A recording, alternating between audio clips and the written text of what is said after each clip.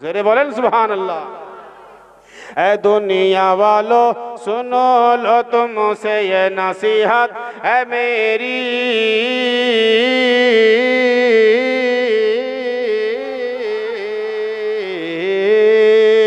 ऐ दुनिया वालों, ऐ दुनिया वालों,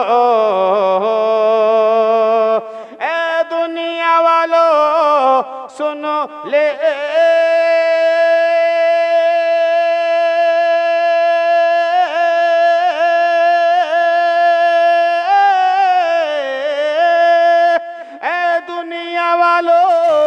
सुन ले तुमसे ये नसीहत है मेरी। क्या सुनते हैं कब्र में आका का दीदार कराया जाएगा, सुनते हैं लहद में आका का दीदार कराया जाएगा। अरे कब प्यास बुझाई जाएगी, अरे कब जाम पिलाया जाएगा। अल्लाहुम्मा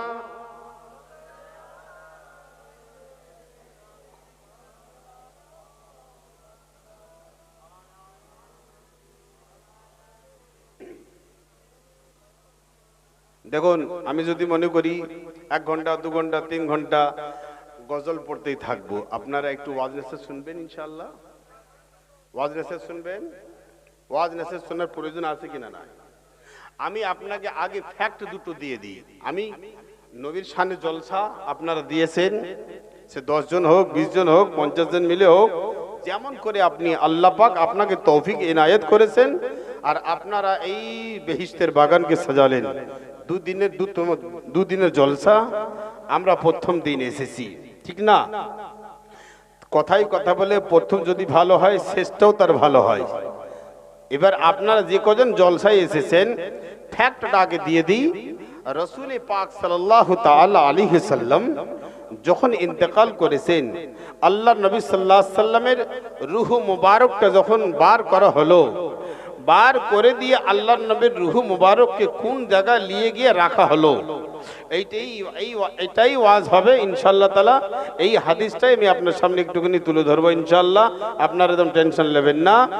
আমি আগে ফ্যাক্টটা বলে দিলাম যে আল্লাহর নবী কোথায় থেকে আসলেন আর কোথায় গেলেন আর কোন জায়গায় ওনার রূহ মুবারকটাকে রাখা হলো, বাস এই ব্যাখ্যাই করে আমি আপনার কাছ থেকে বিদায় নেব ইনশাআল্লাহ। 3 বার আপনারা মোহাব্বতের সঙ্গে জোরে জোরে দরুদ শরীফ পড়েন। আল্লাহুম্মা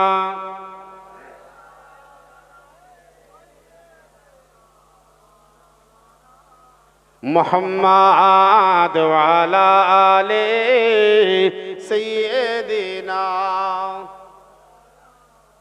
আমরা কার উম্মত? নবীজির উম্মত। কার উম্মত? নবীজির উম্মত। আমিও মরবো, আপনিও মরবেন, আমারও ইন্তেকাল হবে, আমার বাপ 14 বছর ইন্তেকাল হবে। সবাই আমরা এসেছি চলে যাবার জন্য, কেউ চিরকাল থাকার জন্য আমরা দুনিয়ায় আসি নাই। কিন্তু এমন একটা রূহ পয়দা করতে হবে, এমন একটা কলবকে নূর বানাতে হবে কি ইন্তেকালের পরেও যেন আপনার নাম রয়ে যায়। ইন্তেকালের পরেও চলে যাবার পরেও বলবে অমুক একজন ব্যক্তি ছিল, তিনি আল্লাহওয়ালা ব্যক্তি ছিলেন, তার একটা জায়গা করে দেওয়া যাক। কেন আল্লাহওয়ালা ব্যক্তিরা মরে নাই, চিরকাল জিন্দা থাকে। বলুন সুবহানাল্লাহ। আল্লাহওয়ালা যারা হয়, ওয়ালা যখন তোমার মধ্যে ঢুকে যাবে, এসে যাবে, তখন আল্লাহ পাক কি বলছেন? তোমার রুহের মালিক আমি আল্লাহ তখন হয়ে যাব। বলুন সুবহানাল্লাহ। আর আল্লাহ পাক রব্বুল আলামিন আপনার রুহের যদি মালিক হয়ে যায়, আপনার রুহ আমার রুহ চিরকাল খোদার কাছে অমর হয়ে যাবে, ঠিক না বে ঠিক? আর যে রুহ আল্লাহকে আপনজন বানাতে পারলো না, যে শরীর আল্লাহকে আপনজন করতে পারলো না, সে মানুষ আল্লাহর কাছে কোনোদিন প্রিয় হতে পারে না। মানুষ মানুষের কাছে প্রিয় হতে পারে, মানুষ আজ আছে কাল চলে যাবে, কিন্তু প্রিয় হতে গেলে একমাত্র আল্লাহ তার রাসূলের কাছে প্রিয় হতে হবে, যাকে আমার আল্লাহ পছন্দ করেছে, ঠিক না বে ঠিক? আমি যখন মারা যাব, আপনিও মারা যাবেন, কবরের মধ্যে 3টে প্রশ্ন হবে। মান রাব্বুকা, মান দীনুকা, মান নবিয়ুকা, মা আনতা তাকুলু ফি শানে হাযার রাজুল। আপনারা রবকে দেখেন নাই, আল্লাহকে দেখেন নাই, আপনারা বলবেন কি করে রব্বি আল্লাহ, আমার রব আল্লাহ? আপনার দৈনিন্দা 5 ওয়াক্ত নামাজ নাই, আপনার দৈনিন্দা রোজা নাই, আপনার দৈনিন্দা হজ নাই, আপনার দৈনিন্দা যাকাত নাই, আপনি দৈনিন্দা খায়রাত করেন নাই, আপনি ইসলামিক হাদিসকে ফলো করেন নাই, আপনি শরীয়তকে ফলো করেন নাই, আপনি আপনার জীবনটা যে কাটালেন শরীয়ত থেকে হাটকে কাটালেন, বলুন তো আপনারা আল্লাহর প্রেমিক হতে পারবেন? পারবেন না। হ্যাঁ, প্রেমিক হতে গেলে একটাই কাজ করতে হবে, এ আল্লাহ আমি তোমাকে দেখি নাই, আয় আল্লাহ আমি তোমার দিদার করি নাই, এ আল্লাহ তোমাকে না দেখে আমরা কলমা পড়ে বিশ্বাস করেছি আল্লাহ, আমরা জানতে চাই জীবনটা কিভাবে কাটাবো।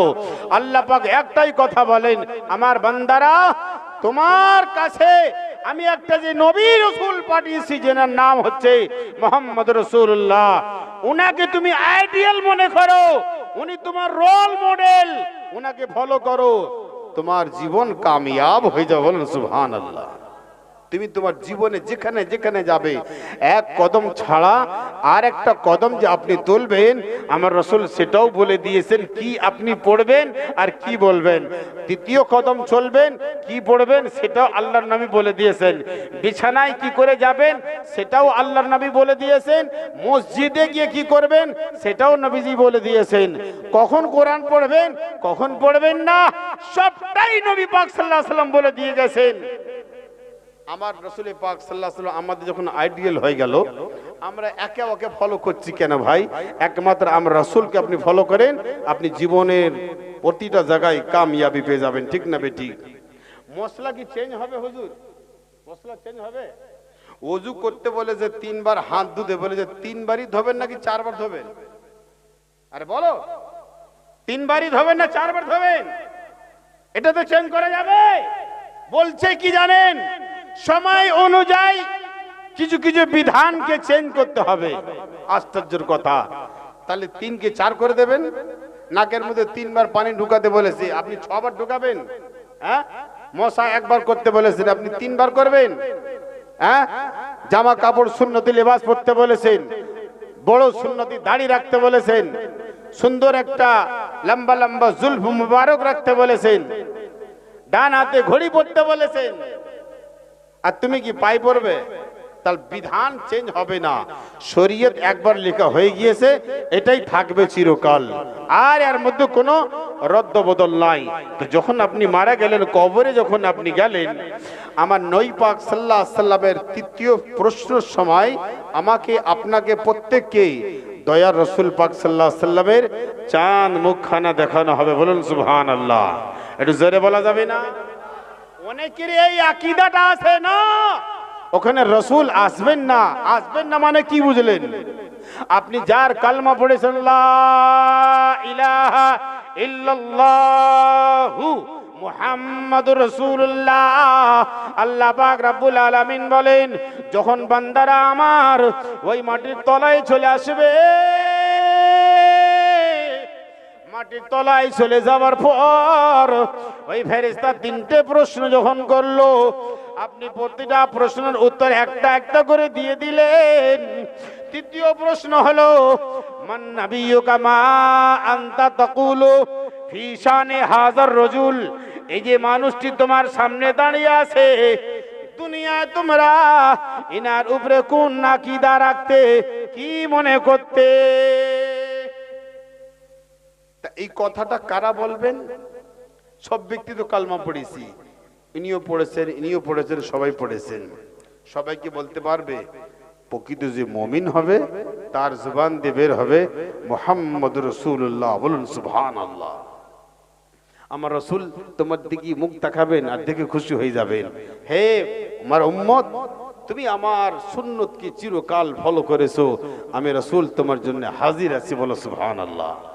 ওই জন্য এত সুন্দর করে আমাদেরকে কবরের মধ্যে সাজবাজ করে দিয়ে ওই কবরের মধ্যে পাঠানো হয়, যার কারণে আমরা একটাই দোয়া আল্লাহর কাছে করি সবসময়, আল্লাহ মরণের আগে হলো একবার জন্য হলো আমাদের প্রত্যেকের মদিনা পাকের দিদার নসিব করে দাও। জোরে বলুন সুবহানাল্লাহ। একটি নাতে রাসূলের 2-3 ছন্দ, তারপরে আমার ওয়াজ নসিহত এখান থেকে আরম্ভ হয়ে যাবে। আপনাদের মদিনা যাওয়ার ইচ্ছা আছে কজনের? হাত দেন। কজন যাবে? মাশাআল্লাহ, সকলেই যাবেন ভাই, সকলেই মদিনা যাবেন ইনশাআল্লাহ। জোরে বলুন না ইনশাআল্লাহ। একটু কথা বলবেন, কথা বলতে কি অসুবিধা আছে? একটু কথা বলবেন।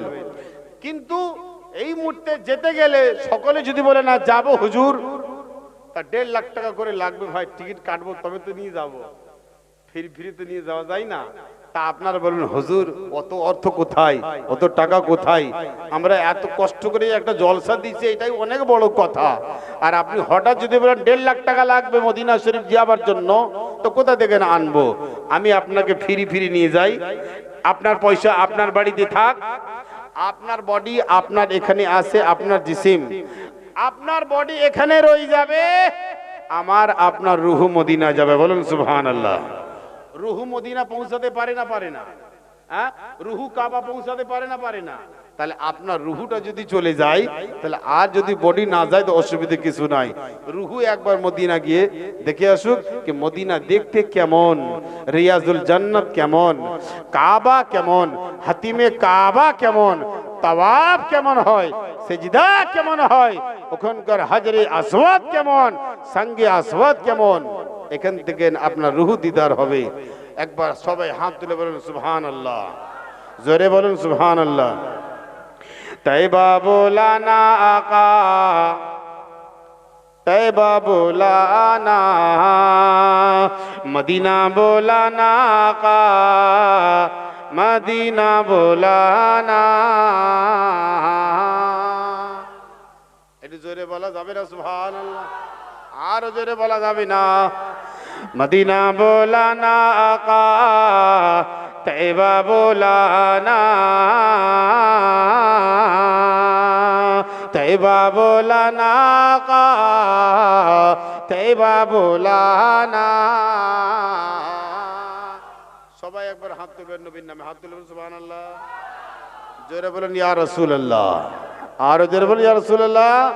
তৈবা বোলানা আকা, তৈবা বোলানা, তৈবা বুলা के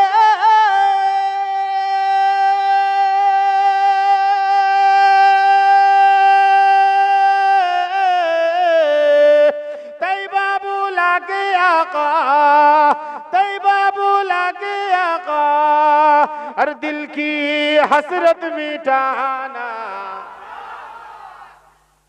तैबा बुलाना आका, तैबा बुलाना। तैबा মানে কোন জায়গা? যে জায়গায় আমার রাসূল পাক সাল্লাল্লাহু আলাইহি সাল্লাম জন্ম নিয়েছিলেন, যাকে আতুর ঘর বলা হয়। বলুন সুবহানাল্লাহ। তৈবা মানে হচ্ছে পাক এবং পবিত্র জায়গায়, ওই জায়গাটাকে আমার আল্লাহ পাক রব্বুল আলামিন বলেছেন জান্নাতের একটি টুকরো, যাকে রিয়াজুল জান্নাত বলা হয়। বলুন সুবহানাল্লাহ। ওই জন্য আমরা ওটাকে তাইবাই বলি আরবি ভাষায়। শুনেন, তাইবা বোলানা আকা, তাইবা বোলানা, তাইবা বোলাকে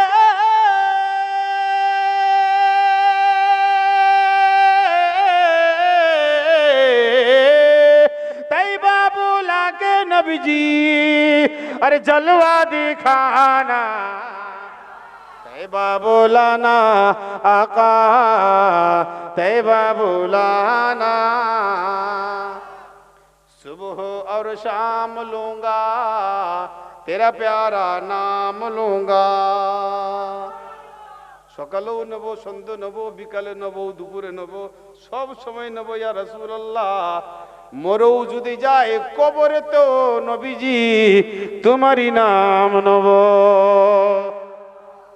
এটাই হলো বাংলা। শুনেন, সুবহ और शाम लूंगा तेरा प्यारा नाम लूंगा,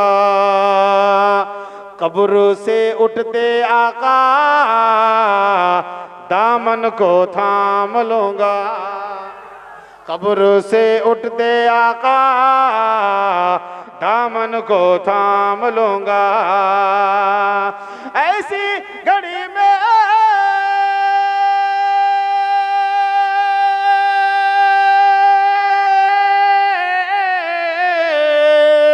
ऐसी घड़ी में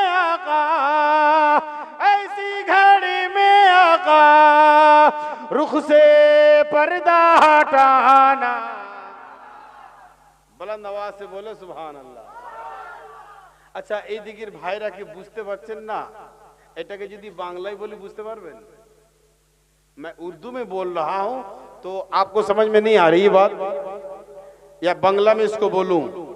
बांग्ला तो आज इंशाअल्लाह ताला, मगर उर्दू में आपको सुनने में अच्छा लगेगा। बांग्ला तो চিরকাল আপনারা শুনেন, তাই না ভাই? একটু মাঝে সাঝে উর্দুও শুনতে হয়, মাঝে সাঝে সংস্কৃতও শুনতে হয়, মাঝে সাঝে হিন্দিও শুনতে হয়, আবার মাঝে সাঝে আমাদের দেশের ভাষা ভোজপুরি আছে সেটাও শুনতে হয়, তাই না? সব রকম ভাষায় শুনবেন, যত শুনবেন তত আনন্দ লাগবে।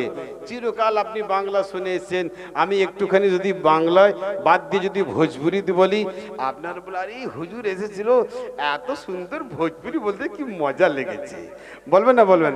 এত সুন্দর সংস্কৃত বলেছে কি মজা লেগেছে। বাংলা তো চিরকাল আপনারা খান, মাঝে সাঝে কি বিদেশি আপনাদের খেতে ইচ্ছা যায় না? আরে বাংলা আপনারা সব সময় খান, কিন্তু মাঝে সাঝে বিদেশি খাবেন, দেখবেন তার মধ্যে অনেক আনন্দ আছে, অনেক ফায়দা আছে, অনেক বড় ফায়দা আছে। একটুখানি শুনেন। সুবহ और शाम लूंगा तेरा प्यारा नाम लूंगा, कब्र से उठते आका दामन को थाम लूंगा, कब्र से उठते आका दामन को थाम लूंगा। ऐसी घड़ी में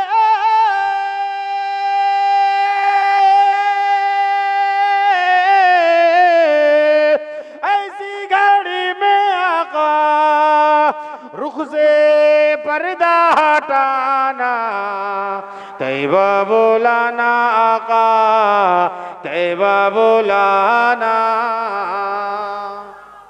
আচ্ছা আপনি চিরকাল একটা খাইশ করেছেন, মনের মধ্যে একটা আবেগ আছে, আপনার খুশি আছে, একবার হলো মদিনা যাব, মনে করেন না? করেন না?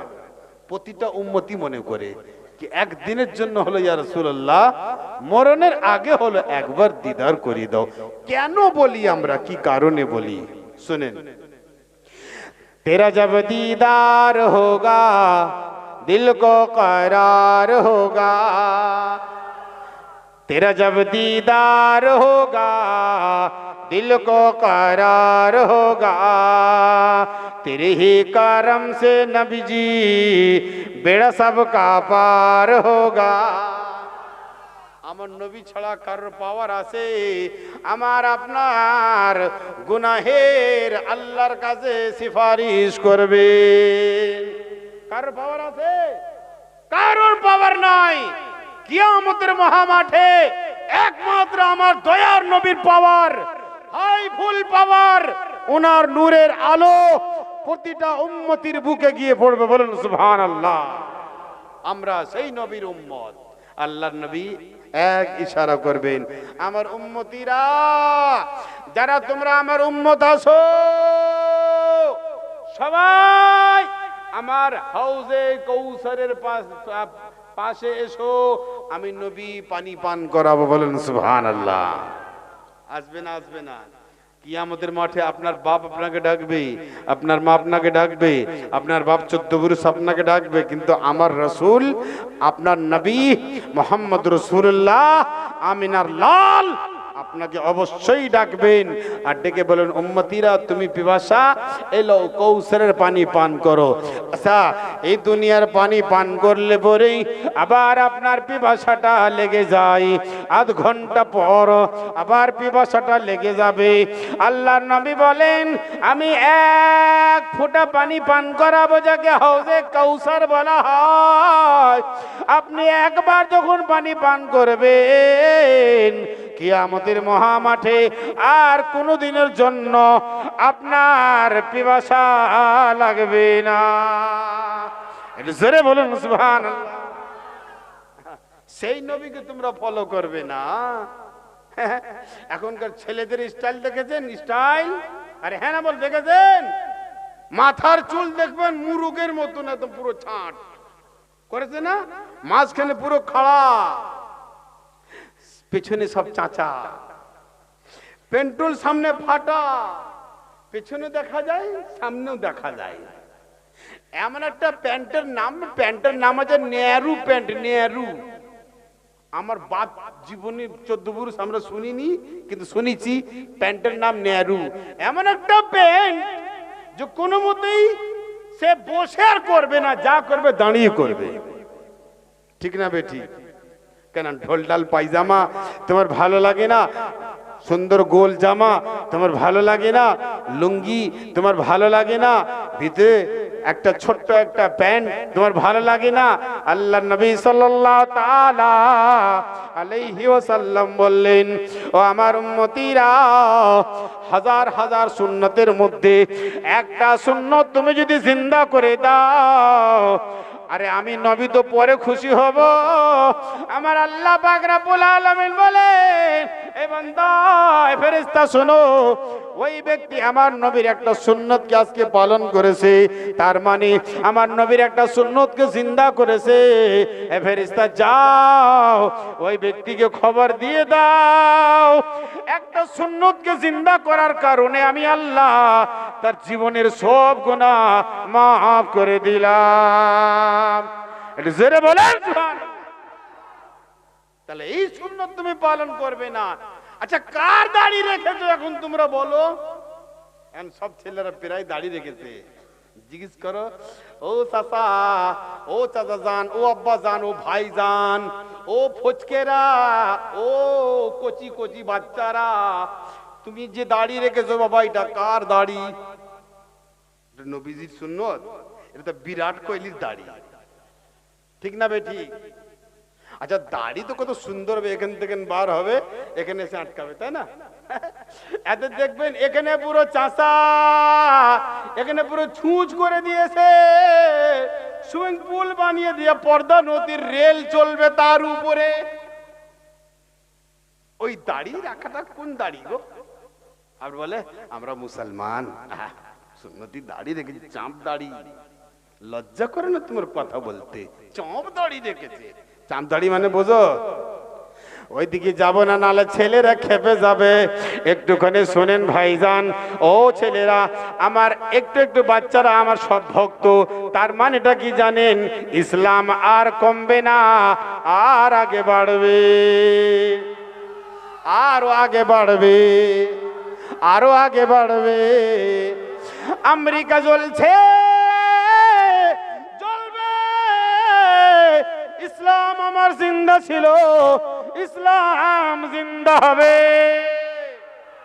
জোরে বলুন। इस्लाम वो पौधा है, इसको जब काटोगे तो हरा निकलेगा। মানে একটা গাছ যখন কাটা হয় তো দেখবেন গাছ কিছুদিন পর শুকনো হয়ে যায়, কিন্তু ইসলাম এমন একটা গাছ আছে, ওকে যখন কাটবে আরো সবুজ হবে। বলেন সুবহানাল্লাহ। ঠিক না বেটি? শুনেন, তেরা জব दीदार होगा दिल को करार होगा, तेरे ही करम से नबी जी बेड़ा सबका पार होगा। नबी के नाम पे हाथ उठाओ सबको, एक बार सबको, বুড়ো বয়স্ক জওয়ান ফচকে ফাচকা সবাই, যখন সবাই হাত তুলে বলবেন সুবহানাল্লাহ। এখন বলবেন না, যখন ছন্দ শেষ হবে তখন বলবেন। কারোর হাত যদি নিচে থাকে আমি বুঝে নেব এর মধ্যে কোনো ঝোলঝাল চলতেছে, হ্যাঁ, এর মধ্যে কিছু একটা গলত ঢুকে আছে, হ্যাঁ, বাইরে বেরিয়ে সব উগলাবে। ঠিক না? আবু জাহেল নবীর মাঝখানে কথা বলতো না, আবু লাহাব, উতবা, সাইবা, এরা নবীর মাঝখানে কথা বলতো না। যেই নবী পাক সাল্লাল্লাহু আলাইহি ওয়াসাল্লাম উঠে চলে যাবেন, ওইদিকে বাইরে গিয়ে সব বকম বাজারি শুরু হয়ে যেত। আর সাহাবারা কি করতেন? নবীর দামনকে থেমে